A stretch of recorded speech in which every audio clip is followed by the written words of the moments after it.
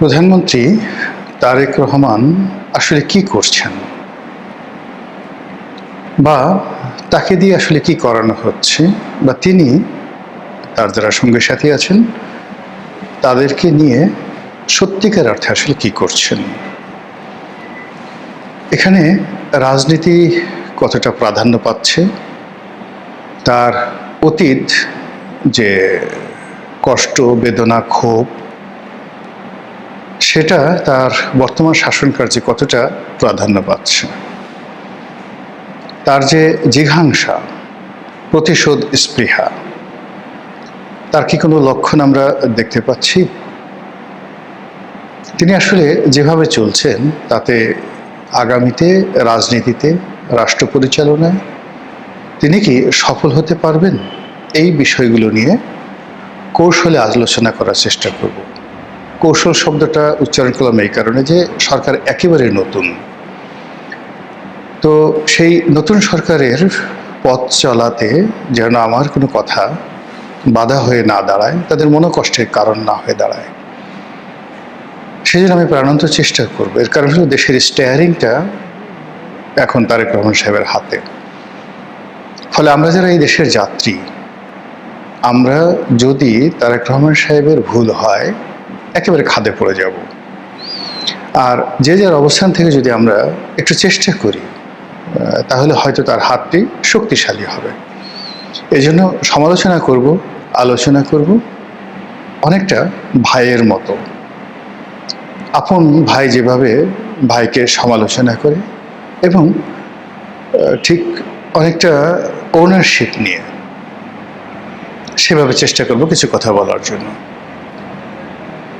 প্রথম কথা হলো যে এই যে 1.5 মাসে তিনি যা কিছু করছেন এটিকে আমি যদি বলি রাষ্ট্র পরিচালনার যে ফান্ডামেন্টাল স্টার্টিং কিংবা রাষ্ট্র পরিচালনার যেটা বলা হয় মৌলিক শুভ সূচনা, এর একটিও তিনি বা তার কোনো লোক এখন পর্যন্ত শুরু করেননি। অধিকাংশ তিনি এবং তার যারা মন্ত্রী পরিষদের সদস্য এবং সংসদ সদস্যরা যা কিছু করছেন, তাদের কথাবার্তা, আচরণ, চালচলন, বডি ল্যাঙ্গুয়েজ, মানে সব কিছুই হলো জনতুষ্টির জন্য, জনগণকে খুশি করানো, তাদেরকে আশ্চর্য করে দেয়া, সারপ্রাইজ করে দেয়া, যেটি রাজনীতির জন্য মারাত্মক ভয়ঙ্কর, রাষ্ট্র পরিচালনার জন্য আরও বেশি ভয়ঙ্কর। এ কারণ হলো রাজা বা যিনি রাষ্ট্র পরিচালনায় নিয়োজিত থাকেন তার চিন্তা চেতনায় থাকবে জনগণের কল্যাণ। যেমন আমার সন্তান যখন চিপস খেতে চায়, চকলেট খেতে চায়, কিংবা তার যখন মামস হয় ঠিক সেই সময়টাতে সে যখন আইসক্রিম খাওয়ার আবদার করে, আমি তখন যে সিদ্ধান্ত নেই রাষ্ট্র পরিচালনার ক্ষেত্রে রাজাকে অমন সিদ্ধান্ত নিতে হয়। কিন্তু রাজা যদি তার প্রজাদের, জনগণের মনতুষ্টির জন্য, তাদের বাহবা পাওয়ার জন্য, হাততালির জন্য সদা সর্বদা চেষ্টা করেন, এতে রাজার সর্বনাশ হয় এবং জনগণের সর্বনাশ হয়। যে কাজটি জনাব তারেক রহমান সাহেব ফ্রম দ্য ডে ওয়ান, তিনি যেদিন বাংলাদেশে পা দিয়েছেন সেই দিন থেকে আজ অবধি এই কাজগুলি শুধু করে যাচ্ছেন। তার যে মৌলিক সিদ্ধান্তগুলো এই মুহূর্তে যে নেওয়া দরকার, এরকম কিছু সিদ্ধান্ত না নিয়ে বরং কিছু পূর্ব নির্ধারিত সমঝোতা সিদ্ধান্ত তিনি এবং তার লোকজন উল্টে দিয়েছেন। যেমন ধরুন জামাতের সাথে তার সম্পর্ক, ডক্টর ইউনূসের সাথে তার সম্পর্ক, এনসিপির সাথে তার সম্পর্ক একটা নির্দিষ্ট সীমারেখায় সমঝোতা হয়েছিল। এটি এখন ডে বাই ডে প্রকাশিত হচ্ছে, কিন্তু বিএনপি এটা স্মরণ করতে চাচ্ছে না।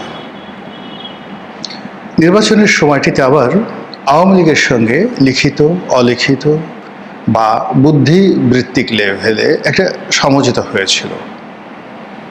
তার প্রেক্ষিতে আওয়ামী লীগের যারা ভোটার তারা ভোট কেন্দ্রে এসে বিএনপিকে যে হারে ভোট দিয়েছে, এর বিনিময়ে আওয়ামী লীগ যা কিছু চায় সরকারের কাছ থেকে সেটা তাদের জন্য বুমেরাং হয়ে যাচ্ছে। আওয়ামী লীগ নিষিদ্ধ হয়ে যাচ্ছে, আওয়ামী লীগের নেতাকর্মীরা জামিন পাচ্ছে না, এবং আওয়ামী লীগ যে নির্বাচনের সময় বিএনপিকে সহযোগিতা করেছে, অবস্থা দৃষ্টি মনে হচ্ছে যে এটা বিএনপির কোনো প্রয়োজনই ছিল না। এর বাইরে তাদের সঙ্গে চীনের একটা সমঝোতা হয়েছিল, দিল্লির একটা সমঝোতা হয়েছিল, আমেরিকার একটা সমঝোতা হয়েছিল। প্রায় সবগুলো সেক্টর এলোমেলো হয়ে গেছে। দিল্লি থেকে ফিরে আসার পরে প্রায় 2 ঘন্টা একান্ত বৈঠক করেছেন মার্কিন রাষ্ট্রদূত এবং পররাষ্ট্রমন্ত্রী। এই সময়টিতে এই বৈঠকটি বেশ ইঙ্গিতপূর্ণ, এবং সেই বৈঠকে যে দৃশ্য বা ছবি আমরা দেখলাম, এটি রীতিমতো চিন্তার কারণ হয়ে দাঁড়াচ্ছে। আরেকটি বিষয় সেটি হলো যে 1/11 1/11 এই 1/11 বিষয়টি আসলে বিএনপির উচিত ছিল ভুলে যাওয়া, অ্যাবসলিউটলি ভুলে যাওয়া। দ্বিতীয়, তাদের উচিত ছিল যে 1/11টা কেন হলো, এখানে বিএনপির কি দোষ ছিল। মানে যারা ধরুন 1/11তে বিএনপির সাথে বেইমানি করেছে নিজ দলের লোকজন, এদের মধ্যে তো স্পিকার সাহেবও আছেন। এখন স্পিকার সাহেব কেন 1/11 সময়টিতে দলের বিরুদ্ধে গিয়েছিলেন, এটা টানতে গেলে, কথা বলতে গেলে কেঁচো খুঁড়তে সাপ বের হয়ে আসবে, যেটি সামাল দেওয়া বিএনপির পক্ষে সম্ভব নয়। কাজেই ওটা ভুলে যেতে হবে। বরং তারেক রহমান সাহেব যদি এখন ক্ষমতার চেয়ারে বসে তিনি মনে করেন যে হাওয়া ভবনে বসে তার এই ভুল হয়েছে, তার কিছু বন্ধু বান্ধবের কারণে, আত্মীয় স্বজনের কারণে দল বিপদে পড়েছে, এবং তিনি এবং তার সরকার 2001 সনে প্রথম সামরিক বাহিনীকে দলীয়করণ করার চেষ্টা করেছিলেন একেবারে উলঙ্গভাবে। তার আগ পর্যন্ত সামরিক বাহিনীতে আসলে ওইভাবে দলীয়করণ ছিল না। সেই কাজটি কি ভালো হয়েছিল? কাজেই সেই কাজে তিনি যাদেরকে নিয়োগ করেছিলেন তারা কেন বেইমানি করলো, এটা প্রতিশোধ গ্রহণ করার চাইতে ওই কাজটি আমি আর করব না, সেটি তার জন্য সবচেয়ে বেশি জরুরি। সেই কাজটি তিনি করেননি। না করে বরং এই 1/11 নিয়ে যে নাড়াচাড়া করছেন, তাকে যারা ওই সময় অপমান করেছেন, লাঞ্ছিত করেছেন, তার বাড়িঘর যারা ভেঙে দিয়েছেন, তার মাকে যারা অপদস্থ করেছেন, এই কথাগুলো তিনি ভুলতে পারছেন না। এমনকি ক্যান্টনমেন্টের ভিতরে গিয়েও তিনি সেই কথাগুলো বলছেন। এটা এক ধরনের সমস্যা। এই সমস্যাটা শেখ হাসিনারও ছিল। শেখ হাসিনা কোনো অবস্থাতেই 75-এর 15ই আগস্ট ভুলতে পারেননি। কোনো অবস্থাতেই তার পিতা এবং তার পরিবারের মৃত্যুকে তিনি ক্ষমা করতে পারেননি। কিন্তু কেন 75-এর 15ই আগস্ট হলো, কেন শেখ কামালকে মানুষ ঘৃণা করত, যে কাজগুলো শেখ কামাল করেনি সেই কাজগুলো কেন তার উপর আরোপ করা হলো, এগুলোর সাইকোলজিক্যাল ব্যাখ্যা কী? এই বিষয়গুলো যদি ক্ষমতায় থাকা অবস্থায় শেখ হাসিনা চিন্তা করতেন, তাহলে তাকে আসলে ক্ষমতা ছেড়ে যেতে হতো না। আবার এখন তিনি যদি এই কথাগুলো চিন্তা করেন, তার 2 পয়সার মূল্য হবে না। জনাব তারেক রহমান সাহেব লন্ডনে বসে কি চিন্তা করেছেন, তার বিপদের দিনে কারা সাহায্য করেছেন, কাদের সঙ্গে তার বন্ধুত্ব ছিল, ডাজ নট ম্যাটার। একটা পয়সার মূল্য নাই। তিনি এখন ক্ষমতায় বসে যাদের কথা স্মরণ করতে পারছেন, যাদের জন্য তার হৃদয় কাঁদছে, ওটা হলো মুখ্য বিষয়, এবং এর উপরই তার ক্যারেক্টারিস্টিক্স এবং তার কাজের বরকত নির্ভর করবে। আপনারা সবাই জানেন যে রাজনীতিতে যে সফলতা, এটির চূড়ান্ত যে বিজয়, এই বিজয় আসলে আল্লাহর একটা দয়া এবং করুণা। আল্লাহ বিশেষ একটি মুহূর্তে, বিশেষ প্রয়োজনে, বিশেষ উদ্দেশ্যে কাউকে ক্ষমতায় বসেন আর কাউকে ক্ষমতার থেকে টেনে হিঁচড়ে নামান। এখন যখন আপনি কোনো পরিশ্রমের ফলে, যুদ্ধের ফলে, কৌশলের কারণে আপনি বিজয়ী হবেন, তখন আল্লাহর রহমত, বরকত এবং আপনার কর্ম সিদ্ধান্ত 50-50। কিন্তু যখন আপনার কোনো পরিশ্রম কাজে আসেনি, বুমেরাং হয়েছে, এবং আপনি ক্ষমতায় লাভ করেছেন একেবারে আল্লাহর দয়ায়, শতভাগ আল্লাহর দয়ায়, সেক্ষেত্রে আপনাকে যে ধর্মের বিধিবিধান রয়েছে, আপনি যে ধর্মে বিশ্বাস করেন না কেন, মোটামুটি এই বিধিবিধানগুলো একই রকম। মহাভারতের যুগ, তার পরবর্তীতে বৈদিক যুগ, এরপরে বৌদ্ধ যুগ, এরপরে খ্রিস্টান যুগ, এরপরে মুসলমানদের জমানা।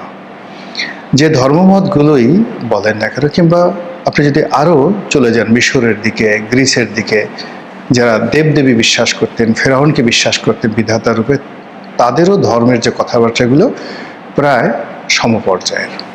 সেই কথাগুলো কি?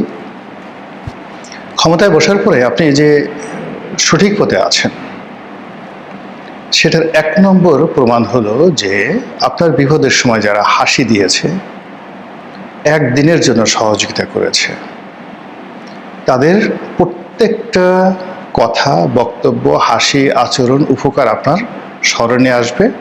ক্ষমতায় বসে আপনি তাদের কথা স্মরণ করবেন, কৃতজ্ঞ হবেন এবং তাদের সাথে সম্পর্ক রাখবেন। এই কাজটি যদি আপনি করতে পারেন, তাহলে আপনি সঠিক পথে আছেন, হেদায়েতের পথে আছেন। কিন্তু ধরুন আপনি যখন বিপদে ছিলেন তখন আপনার টাকা ছিল না, 3 মাস কেউ টাকা দিয়েছে, পরবর্তী 3 মাস দেয়নি, অন্য আরেকজন এসে দিয়েছে। কিন্তু এই জন্য আপনার কি হলো, ওই 3 মাস যে দিয়েছে, পরবর্তী 3 মাস যে দেয়নি, তার প্রতি আপনার খুব রাগ হলো। আপনি ভুল পথে আছেন। আবার দেখা গেল যে আপনি ক্ষমতায় যখন আসছেন তার ঠিক 15 দিন আগে আপনার সঙ্গে একজনের কথা হয়েছে, খাতির হয়েছে, কিন্তু 17 বছর আগে, 20 বছর আগে যে আপনাকে লালন করেছে, পালন করেছে, ধারণ করেছে, আপনার তার কথা মনে এলো না। ইট মিনস আপনি খারাপ পথে আছেন, আপনি আল্লাহর রহমত বরকত পাবেন না। সেই দিক থেকে জনাব তারেক রহমান সাহেবের যে ব্যক্তিগত মন এবং মানসিকতা, তার যে চিন্তা চেতনা কোন পর্যায়ে আছে আমি জানি না। তার সঙ্গে আমার কোনো কথাবার্তা হয় না বা হয়নি এই সেই যাকে বলা হয় গত 2 বছর ধরে, অর্থাৎ শেখ হাসিনার পতনের পর তার সঙ্গে আমার কখনো কোনো কথাবার্তা, যোগাযোগ হয়নি। এমনকি আমি তার মুখের দিকেও কখনো ভালোভাবে তাকানোর সুযোগ পাইনি বা আমার হয়নি আমার ব্যস্ততার কারণে। ফলে আমি তাকে বুঝতে পারি না। কিন্তু যেহেতু তার হাতে এখন রাষ্ট্র ক্ষমতা, তিনি এবং তার যারা লোকজন আছেন তারা বুঝতে পারবেন যে কি অবস্থা হয়েছে। এখানে আমরা বাইরে থেকে যে দৃশ্যগুলো দেখি, সেই দৃশ্যগুলো খুব অ্যালার্মিং, ভীষণ রকম অ্যালার্মিং। যেমন ধরুন জামাতের সাথে তার সম্পর্ক খারাপ হয়ে গেছে, এনসিপির সাথে সম্পর্ক খারাপ হয়ে গেছে, ডক্টর মোহাম্মদ ইউনূস তাকে বিশ্বাস করেন না এবং তিনি 1-11 বিষয় নিয়ে নাড়াচাড়া করার কারণে সেনাবাহিনীর সঙ্গে তার যে সম্পর্ক ভালো আছে আমি বুকে হাত দিয়ে বলতে পারবো না। দ্বিতীয়ত, রাষ্ট্র ক্ষমতায় বিশেষ করে সেনাবাহিনীর যে ভূমিকা, এটা যাকে বলা হয় খুবই গুরুত্বপূর্ণ আমাদের মতো দেশে, এবং এদের যাকে বলা হয় পোশাকের প্রতি এদের যে ইজ্জত। একই সেনা কর্মকর্তা, তিনি রিটায়ার্ড করার পরে একরকম হন, কিন্তু যেই মুহূর্তে তিনি একজন সেকেন্ড লেফটেন্যান্ট হিসেবে দায়িত্ব পালন করেন, তার ভাবসাবই থাকে আলাদা। এটা মেনে নিতে হয়। তারেক রহমান সাহেব এখন এসএসএফ এর প্রোটেকশন নিচ্ছেন, কন্টেম্পোরারি তিনি তার যে ব্যক্তিগত সিকিউরিটি ফোর্স তাদেরও সহযোগিতা দিচ্ছেন। এটা কোনো প্রধানমন্ত্রী কখনো ইতিপূর্বে করেনি। এটা সামরিক বাহিনীর যারা লোকজন তারা সহজভাবে দিচ্ছেন না। শুধু এতটুকুই বললাম।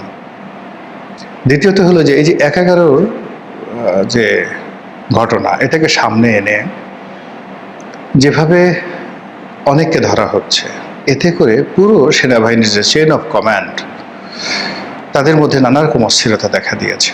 যারা পুরনো 1-11-র সাথে জড়িত ছিলেন তারা, তাদের শুভানুধ্যায়ী, আর এই যে শেখ হাসিনার সঙ্গে যারা এই 1-11-র মতো ঘটনা ঘটিয়েছে, অর্থাৎ ওই সময়টাতে তো সেনাবাহিনী আসলে শেখ হাসিনার হুকুম অমান্য করে বিপ্লবীদের পক্ষ নিয়েছে।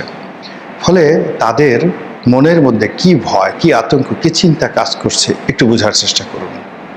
ফলে সব মিলিয়ে জনাব তারেক রহমান সাহেব তিনি যে কাজগুলো করছেন, আমার কাছে মনে হচ্ছে যে অনেক ক্ষেত্রে তিনি সাপের লেজে পা দিয়েছেন। কিন্তু নর্মালি আপনি যখন সাপের বিরুদ্ধে লড়াই করবেন, আপনার প্রথম কাজ হলো সাপের মাথায় পাড়া দেওয়া, সাপের মাথা ভেঙে দেওয়া। সেটা যারা করতে পারে তারা সফল হয়, আর যারা সাপের লেজে পা দেয় তারা সাপের কামড়ে আহত হন, নিহত হন, অসুস্থ হন। এখন উনি এমন অনেকগুলো বিষয় রয়েছে রাজনীতিতে, অনেকগুলো বিষয় রয়েছে রাষ্ট্র পরিচালনায়, অনেকগুলো বিষয় রয়েছে অর্থনীতিতে, প্রত্যেকটা জায়গাতে তিনি সাপের লেজে পা দিয়েছেন। উদাহরণস্বরূপ ইসলামী ব্যাংকগুলো নিয়ে যে কথাবার্তা হচ্ছে, ব্যাংকিং সেক্টর নিয়ে যে কথাবার্তা হচ্ছে, বাংলাদেশ ব্যাংকের গভর্নর নিয়ে যে কথাবার্তা হচ্ছে, তার মন্ত্রী পরিষদে হঠাৎ করে ৩-৪ জন লোক অতিমাত্রায় শক্তিশালী হয়ে পড়েছে, তার আশেপাশে ৩-৪ জন লোক অতিমাত্রায় শক্তিশালী হয়ে পড়েছে। ফলে তার দলের যারা ইফেক্টিভ লোকজন, যারা কাজ করতে পারেন, তারা খামোশ হয়ে গেছেন, চুপ, একদম কোনো কথা বলছেন না। আমি নাম বললাম না, নিঃসন্দেহে বিএনপির যারা লোকজন তারা ভালো জানেন যে হঠাৎ করে আপনি গত ১.৫ মাসে দেখবেন যে অনেকগুলো মুখ, দে আর ফেমাস ফর দেয়ার স্পেস, তারা তাদের কথাবার্তার জন্য বিখ্যাত হয়েছিলেন। তারা তেমন কিছু করেননি, শুধুমাত্র গত ১৭ বছর তাদের কথামালা দ্বারা বিএনপিকে বাঁচিয়ে রেখেছিলেন। সেই মানুষগুলো হঠাৎ করে চুপ হয়ে গেছেন। So it's not good. আশা করি প্রধানমন্ত্রী বিষয়টি বুঝতে পেরেছেন। ২০২৪ সনের এপ্রিল মাস থেকে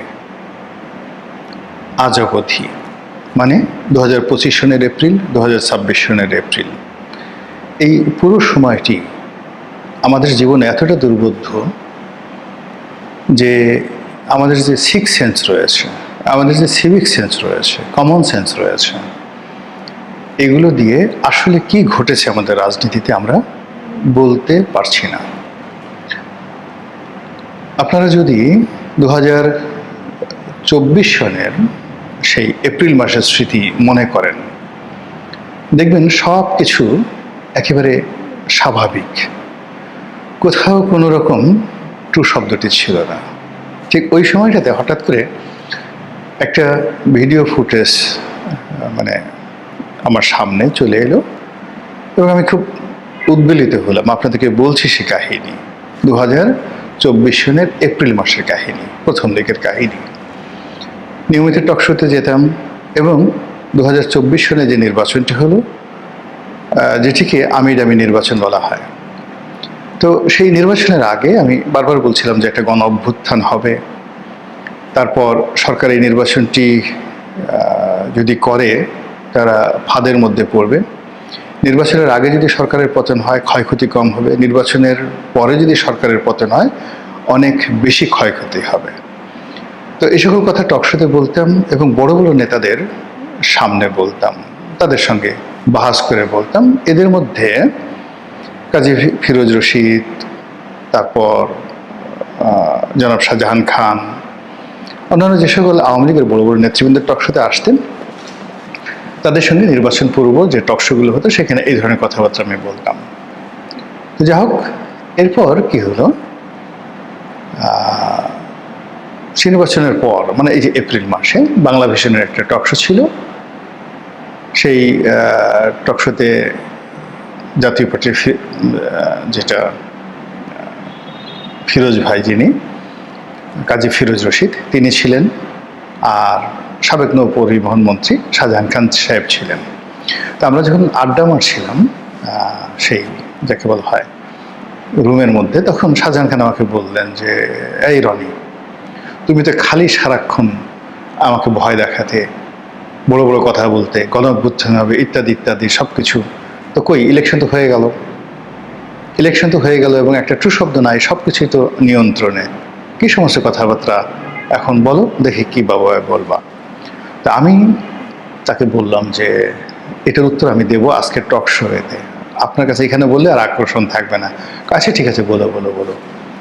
তৈমুর মানে বাংলা ভিশনের যে উপস্থাপক আছে তৈমুর, ওর অনুষ্ঠান। তো সেখানে আমি খুব হাসতে হাসতে কথাগুলো বললাম যে খুব দ্রুত একটা গণ অভ্যুত্থান হবে, খুব দ্রুত একটা গণ অভ্যুত্থান হবে এবং এটা এত আশ্চর্যভাবে হবে যে আমি, শাহজাহান ভাই বা কাজী ফিরোজ রশিদ, ফিরোজ ভাই, আমরা হয়তো কোনো টকশোতে আছি, নিচ থেকে নামবো, যার যার বাড়িতে যাব, এর মধ্যে গণ অভ্যুত্থান হয়ে যাবে। তারপর কাজী ফিরোজ রশিদ আমাকে টেলিফোন করে বলবে, রনি এটা কি হলো, আমরা একসঙ্গে এত সুন্দর করে টকশো করলাম, এখন দেখি গণ অভ্যুত্থান হয়ে গেছে, এখন আমি কোথায় যাই, কি করি? শাহজাহান খান সাহেব বলবেন যে, রনি এখন আমার কি হবে বলো তো, আমি কোথায় যাই, গণ অভ্যুত্থান তো হয়ে গেছে। তো এই কথা বললাম হাসতে হাসতে। কাজী ফিরোজ রশিদ সাহেব, শাহজাহান খান সাহেব, তিনিও অনেক হাসলেন, মানে এটা একটা স্যাটায়ার। দুর্ভাগ্যজনক হলেও সত্যি যে আগস্ট মাসের প্রথম সপ্তাহে, প্রথম দিকে অর্থাৎ 1, 2, 3 তারিখে যখন ঠিক এইরকম ঘটনা ঘটছিল, একেবারে হুবহু আমি যে কথা শাহজাহান খানকে বলেছিলাম ঠিক সেম ঘটনাটি শামসুদ্দিন চৌধুরী মানিক সাহেবের সঙ্গে আমার ঘটেছে। এটি নিউজে ঘটেছে এবং চ্যানেল আইয়ের সেই যে দীপ্তির অনুষ্ঠানে ঠিক সেম ঘটনা ঘটেছে। তারপর আগস্ট মাসের 4 তারিখে 2024 সালে এবং 5 তারিখে যা কিছু ঘটেছে এগুলো বললে রীতিমতো গল্পের মতো মনে হবে। ব্যাপারটা হলো যে এইগুলো আমি বলেছি, কিন্তু এই ঘটনাগুলো যে আসলে একজ্যাক্টলি কীভাবে ঘটেছে আমি এটা বলতে পারবো না। অনেকে ম্যাটিকুলাস ডিজাইনের কথা বলেন, অনেকে চক্রান্তের কথা বলেন, হোয়াট এভার মেবি, কিন্তু আমি এইগুলো ডট মিলাতে পারছি না কিভাবে কি হলো। শেখ হাসিনার পতন কিভাবে হলো, তিনি কিভাবে হেলিকপ্টারে চড়ে গেলেন, কিভাবে নিরাপদে ভারতে চলে গেলেন, কিভাবে আওয়ামী লীগের নেতারা একে একে সকল শীর্ষ নেতারা বাংলাদেশ থেকে এয়ারপোর্ট দিয়ে সীমান্ত দিয়ে একেবারে নির্বিবাদে চলে গেলেন। অনেকে দেখা গেল আগস্ট সেপ্টেম্বর মাসে হয়ে গেছে নিরাপদে, কারা তাদেরকে পার করে দিল। এমনকি 2026 সনে অনেক মানুষ গিয়েছেন, শুধু 25 সনে নয়, 26 সনে আওয়ামী লীগের অনেক সিনিয়র নেতৃবৃন্দ চলে গেছেন। এই ধরুন শিরীন শারমিন চৌধুরী যেভাবে ধরা পড়লেন, যেভাবে জেলে গেলেন এবং যেভাবে তিনি জামিনে মুক্ত হলেন, আপনার কাছে একটা আশ্চর্য মনে হয় না যে এটা কী করে হলো, এতদিন কোথায় ছিলেন? এই যে আমরা প্রশ্ন করতে পারি না, এই প্রশ্ন করতে না পারার কারণেই বর্তমানে যারা আছেন তারা আগামীতে ঠিক এরকম বিপদে পড়বেন যতক্ষণ না পর্যন্ত এই প্রশ্নগুলো তারা মীমাংসা না করেন যে অতীতে এই জিনিসগুলো কীভাবে হয়েছে। আমরা একইভাবে আমি বলেছিলাম, একেবারে আপনারা যদি তৃতীয় মাত্রা দেখেন 2024 সনের আগস্ট মাসের 10 কিংবা 12 তারিখে, তো সেই 10 কিংবা 12 তারিখে তৃতীয় মাত্রা হলো, তখন সবেমাত্র ডক্টর মোহাম্মদ ইউনূস এসছেন 2-3 দিন। আমি বললাম যে ওনাকেও ক্ষমতা থেকে চলে যেতে হবে খুব দ্রুত, অপমানিত হয়ে, লাঞ্ছিত হয়ে। এখন যত দ্রুত তিনি যান তত তার সুবিধা, আর যত দেরি হবে তত তিনি বিপদে পড়বেন। এবং সেই বিপদ তিনি এখন পড়ছেন। তার বিরুদ্ধে, আসিফ নজরুল সাহেবের বিরুদ্ধে, অন্যান্য উপদেষ্টাদের বিরুদ্ধে দুর্নীতি দমন কমিশনে যাকে বলা হয় একের পর এক অভিযোগ পড়ছে। 11 কুশীলবদেরকে ধরা হয়েছে, আরও কুশীলবদেরকে ধরা হবে। এজন্য নানা রকম তালিকা করা হয়েছে। এই তালিকার মধ্যে সাহিত্যিক আছেন, সাংবাদিক আছেন, সম্পাদক আছেন, ব্যবসায়ী আছেন, রাজনীতিবিদ আছেন, এমনকি বিএনপির যারা লোকজন তাদেরও আছেন। এবং এগুলো নিয়ে একটা বিরাট সিন্ডিকেট এখন কাজ করছে। যেমন দেখা গেল যে বিএনপির একজন নেতা বা মন্ত্রী, একজন এমপি 11 সাথে জড়িত ছিলেন। তো তার কাছে গিয়ে বলা হলো যে আপনি তো 11 সময় এই ধরনের কথাবার্তা বলেছেন, এগুলো নিয়ে তালিকা হচ্ছে, খুব দ্রুত আপনাকে ধরা হবে, আপনি মন্ত্রিত্ব হারাবেন, এমপিগিরি হারাবেন, আরও বড় বড় পদ যা কিছু সব হারাবেন, নেতার কাছে সব খবর আছে এবং খুব রাষ্ট্রিক অ্যাকশন নেওয়া হচ্ছে, অতএব আমাদের সাথে ডিল করেন। এগুলো নিয়ে যে কত ব্যবসা হচ্ছে পর্দার আড়ালে, কত সিন্ডিকেশন হচ্ছে, যার কারণে কি হচ্ছে, সরকারের যে কর্মকাণ্ড সেই কর্মকাণ্ডে কোনো গতি আসছে না, সকলের মধ্যে একটা ফ্রাস্ট্রেশন চলে আসছে। যেটা বলছিলাম যে 2024 সনের এপ্রিল মাস থেকে 2025 সনের এপ্রিল, 2025 থেকে 2026-এর এপ্রিল পর্যন্ত যে ঘটনাগুলো ঘটেছে এত দ্রুত, এত আশ্চর্য এবং এত ইউনিক, আপনি একটার সঙ্গে আরেকটা মিলাতে পারবেন না। কি করে ডক্টর মোহাম্মদ ইউনূস ছিলেন, অথবা প্রথমে কি করে শেখ হাসিনা গেলেন, কি করে ডক্টর মোহাম্মদ ইউনূস ছিলেন, কারা বঙ্গভবনে এই উপদেষ্টাদের সিলেক্ট করলো, কারা তারপরে ডক্টর মোহাম্মদ ইউনূসের বিশেষ সহকারীদেরকে নিয়োগ দিল, কারা সচিবালয়ে বসে বসে সচিবদেরকে নিয়োগ দিল, ডিসিদেরকে নিয়োগ দিল, খালি জায়গাগুলো পূর্ণ হলো, মিলাতে পারবেন না।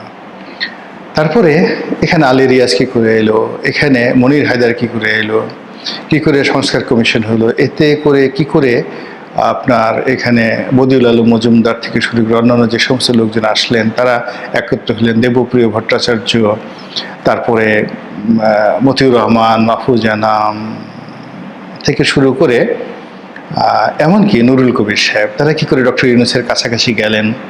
আবার তারা ডক্টর মোহাম্মদ ইউনূসের থেকে কেন দূরে সরে গেলেন? এরই মধ্যে তারেক রহমান সাহেব এলেন, সবাই আবার ঝাঁপিয়ে তার কাছে গিয়ে পড়ল। সেই মাহফুজা নাম, সেই মতিউর রহমান, সেই যাকে বলা হয় নুরুল কবির, তারা আবার সেই তারেক রহমান সাহেবের কাছে গেলেন, কথা হলো, বার্তা হলো, কিন্তু এখন আবার তাদের সাথে সেই সম্পর্কটা নেই। তারেক রহমান সাহেব নমিনেশন দিলেন, অনেকে মন্ত্রী হলেন, অনেকে এমপি হলেন, স্পিকার হলেন, কত কিছু হলো, কিন্তু কোনোটারই ডট কেউ মিলাতে পারছে না। দেশে কি ঘটছে? জামাতের সাথে বিএনপির সম্পর্ক কি সাজানো, নাকি নিতান্ত খেলাধুলা? এই বিষয়গুলো নিয়ে কিন্তু প্রতিদিন আলোচনা হচ্ছে। আর সেই আলোচনার ফাঁকে যে প্রশ্নগুলো সামনে চলে আসে সেটা হলো, পর্দার আড়ালে কেউ খেলছেন, এবং সামনে অনেকে খেলছেন পুতুল রূপে, জাস্ট লাইক ডল। আমরা যে মঞ্চে পুতুল নাচ দেখি, সেই পুতুল নাচের পুতুলকে নাচানো হয়, পুতুলকে গান গাওয়ানো হয়। আপনারা জানেন পুতুল গান গাইতে পারে না, নাচতে পারে না। পিছনে সাউন্ড বক্স থেকে তার পুতুলের হাতে পায়ে সেই রশি বাঁধা থাকে, সামবডি।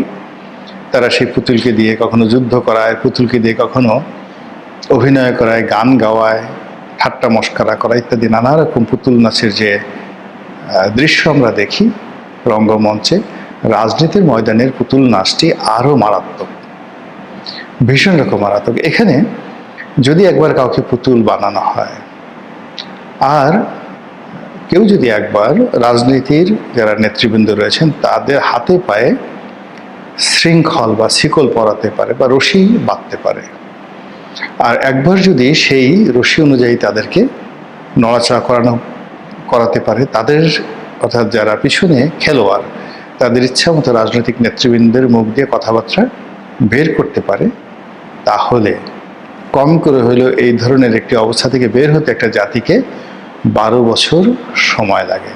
আবার বলছি, যখন রাজনীতিবিদরা পুতুল হয়ে যান, তাদের নিজস্ব কোনো কমান্ডিং ভয়েস থাকেন না, একজন হামিদ কারজাই হয়ে কিংবা একজন লেন্দুফ দর্জি হয়ে, কখনো দিল্লির, কখনো ওয়াশিংটনের, কিংবা শ্রীলঙ্কার রাজাপাকসে হয়ে বেইজিংয়ের হুকুম যখন তামিল করতে যান কেউ, এবং যখন এই ধরনের পরিবেশ পরিস্থিতি তৈরি হয়ে যায় ব্যাপকভাবে, তখন দেবালয়ে আগুন লেগে যায়।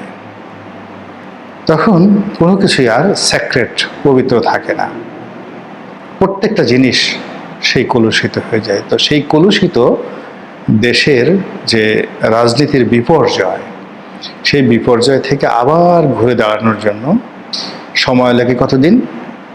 1 যুগ নয়, 1 যুগ মানে 1 দশক নয়, 1 যুগ। 12 বছরে 1 যুগ হয়, কম করলে 12 বছর। তো কাজেই আপনি যদি 2024 সন থেকে আপনি ধরেন যে আমরা আসলে পুতুল হয়ে গেছি, আমি বলছি না পুতুল হয়ে গেছি, ধরতে বলছি, জাস্ট ইমাজিন, দেখতে থাকুন, তাহলে 12 বছর পরে কত হবে? 12 12 24, 3 12 36, তাহলে 2036 সন ছাড়া আমরা এখান থেকে মুক্ত হতে পারবো না। আবার যদি ধরুন যে একটা জাতি কি করে এইভাবে শৃঙ্খলিত হয়, সেই শৃঙ্খলিত হতেও কিন্তু তার 1 যুগ সময় লাগে। আওয়ামী লীগের যতটুকু ক্ষমতা, শক্তি 2012 সন পর্যন্ত ছিল, 2013 সন থেকে তারা তাদের স্বাধীনতা হারাতে থাকে, শক্তিমত্তা হারাতে থাকে, এবং তারাও পুতুলে পরিণত হতে থাকে।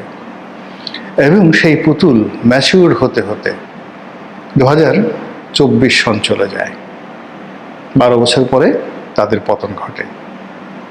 আবার 2014 সন থেকে যে নতুন পুতুল নাচ শুরু হয়েছে, এটি যদি এখনো চলে, আগামীতে চলে, তাহলে আরও 12 বছর আমাদেরকে অপেক্ষা করতে হবে। মহান আল্লাহ আমাদের সবাইকে